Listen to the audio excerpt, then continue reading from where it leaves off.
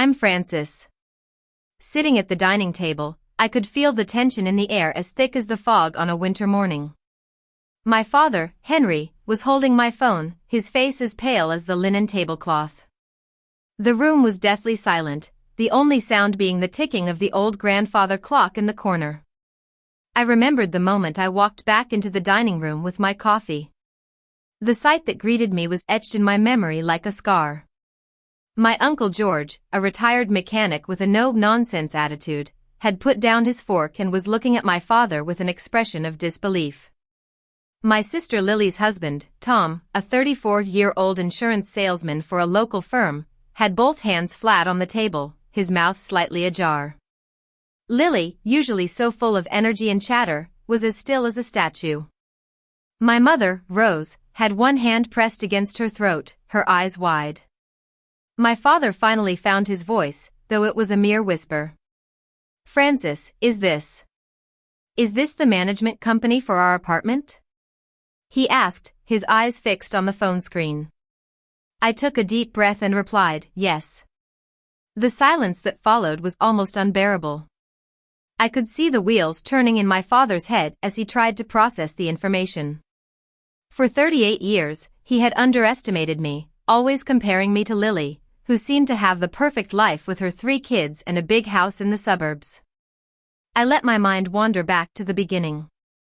I graduated from Boston University in 2008 with a degree in finance and $25,000 in student loans. It felt like a mountain of debt looming over me. I landed an apartment in the city, a tiny 1-bedroom on the 5th floor with a view of the alley. The rent was $800 a month, and the property management company was called Metro Properties. I took a job at Metro Properties not out of passion but because it paid $40,000 a year and offered health insurance. Little did I know that it would be the stepping stone to my future. I was good with numbers, and I quickly understood the ins and outs of property management. I realized that many landlords were losing money because of poor management and lack of understanding of the market. In 2009, I started saving money methodically. Every month, right after my paycheck was deposited, a fixed amount was automatically transferred to a separate account. It was a pain to access, requiring multiple steps, but it worked. I didn't tell my family about my savings because my father had very strong opinions about financial matters. When I was 25, he told me that investing in stocks was like gambling, and at 27, he suggested I get married to a man with a stable income. I stopped discussing my financial plans with him after that, just like I stopped discussing politics or the weather. In 2012, I bought my first property, a small triplex in an up-and-coming neighborhood. I used $35,000 of my savings for the down payment and borrowed the rest. One unit was already rented, and the other 2 needed some work. I spent my weekends painting the walls and fixing minor repairs. By the end of the year, all 3 units were rented, and I was making a small profit every month. I incorporated Cedar View Holdings in 2013. I chose the name because it was simple and unassuming, something that wouldn't draw too much attention. I filed the paperwork myself, paid the state fees, and opened a business account at a local credit union. My family had no idea about this new venture. Over the years, Cedar View Holdings grew. By 2021, we owned 6 properties across the city, including a small office building and a 4-unit apartment complex. But the biggest acquisition came in 2022. A property management company listed a 24-unit apartment complex in a nice neighborhood for sale. I didn't know my parents lived there when I made the offer. It was only when I received the rent roll that I saw my father's name on the list, Unit 108, Henry and Rose Thompson. I sat with that information for a long time. I thought about all the times my father had criticized me, all the times he had made me feel like a failure. But I also thought about my business and the importance of making smart decisions. In the end, I decided to buy the building and hold the existing rent steady for the first year.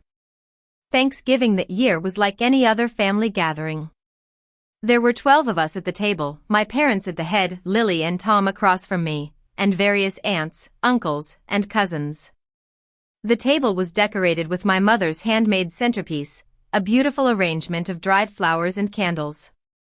My father started the conversation by talking about Lily's success. "Lily has built such a wonderful life for herself and her family," he said, looking at me pointedly. "She has a big house, 3 healthy kids, and a husband with a good job. That's what building a life is all about." Lily gave me that familiar look, a half smile that was supposed to be sympathetic but really just made me feel worse. I looked down at my plate, my mind wandering to the email I had received earlier that day. It was a notification from Cedar View Holdings. Payment received $52,000. Thompson Apartments, December. During dessert, my father brought up the subject of my future again. Tom mentioned that his company might have an opening in the administrative department, he said. "It could be a good opportunity for you, a chance to finally get some stability." Tom nodded enthusiastically. "Yeah, Francis, it's an entry-level position, but it could lead to great things. There are benefits, and it's a reputable company." I forced a smile and said, "I'll think about it." I then placed my phone face down on the table, between the water glass and the pie plate, and excused myself to get more coffee. In the kitchen, I filled my cup and stood there, listening to the conversation in the dining room. I knew my father wasn't going to let it go. He had a way of circling back to a topic until he got the reaction he wanted. I went outside for a breath of fresh air. The cold December air hit me like a slap in the face. My mother's porch light was on, and I could see the snowflakes gently falling in the dim light. I leaned against the car and took out my phone. I opened the email again and stared at the details. I thought about my father's words, about how he had always seen me as a disappointment. But I also thought about all the hard work I had put in over the years, the sacrifices, the long hours. I had built something real, something that I could be proud of. And I wanted my father to know, not because I wanted to prove him wrong, but because I wanted him to see the real me. I decided to go back inside. When I walked into the dining room, I knew something had happened. The silence was deafening.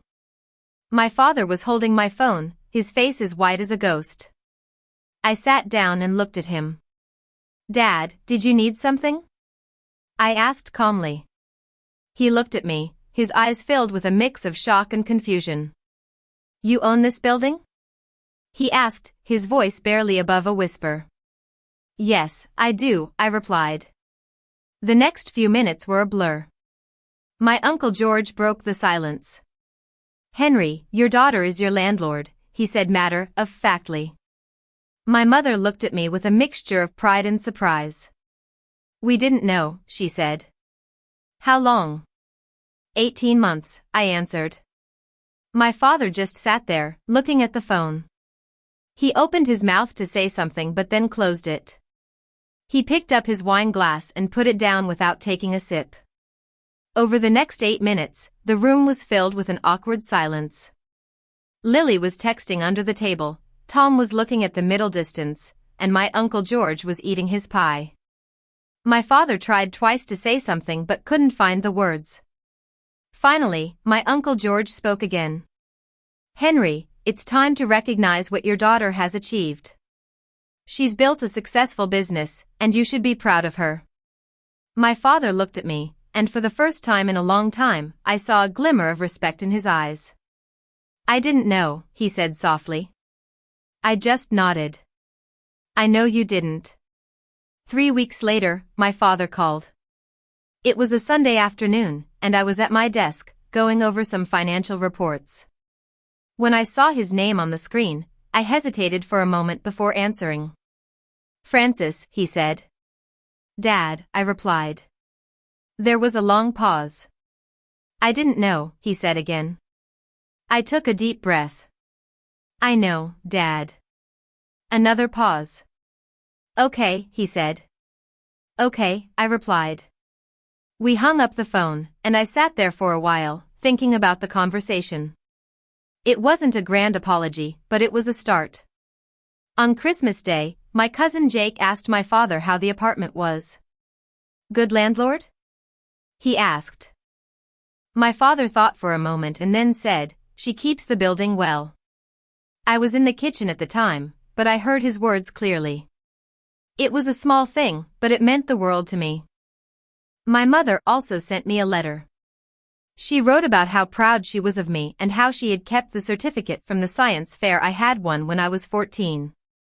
It was in a shoebox in her closet, and she was sorry it had taken her so long to tell me. In January, when the leases were up for renewal, I reviewed each one carefully. For Unit 108, I decided to renew the lease at the same rate for another 2 years. It wasn't about forgiveness, it was a business decision. A stable, long-term tenant was worth more than a small increase in rent.